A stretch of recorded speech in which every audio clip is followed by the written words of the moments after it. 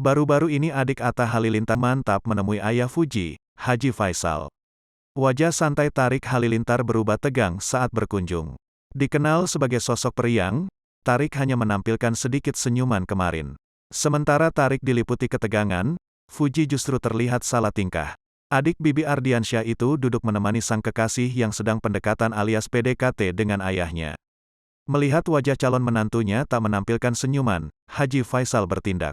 Pria yang kerap mengenakan peci hitam itu pun melayangkan candaan dan obrolan. Hingga akhirnya, Tarik menyambut usaha ayah Fuji itu dengan tawa. Terlebih saat itu ada gala yang jadi bahan perbincangan keluarga Haji Faisal. Momen pertemuan Tarik Halilintar dengan orang tua Fuji pada Jumat tanggal 11 Februari tahun 2022 itu jadi perbincangan.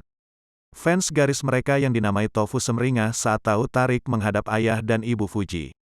Aksi Tarik yang akhirnya mendatangi rumah Fuji itu turut diketahui sang kakak, Atta Halilintar. Karenanya, Atta pun meresponnya dengan cepat.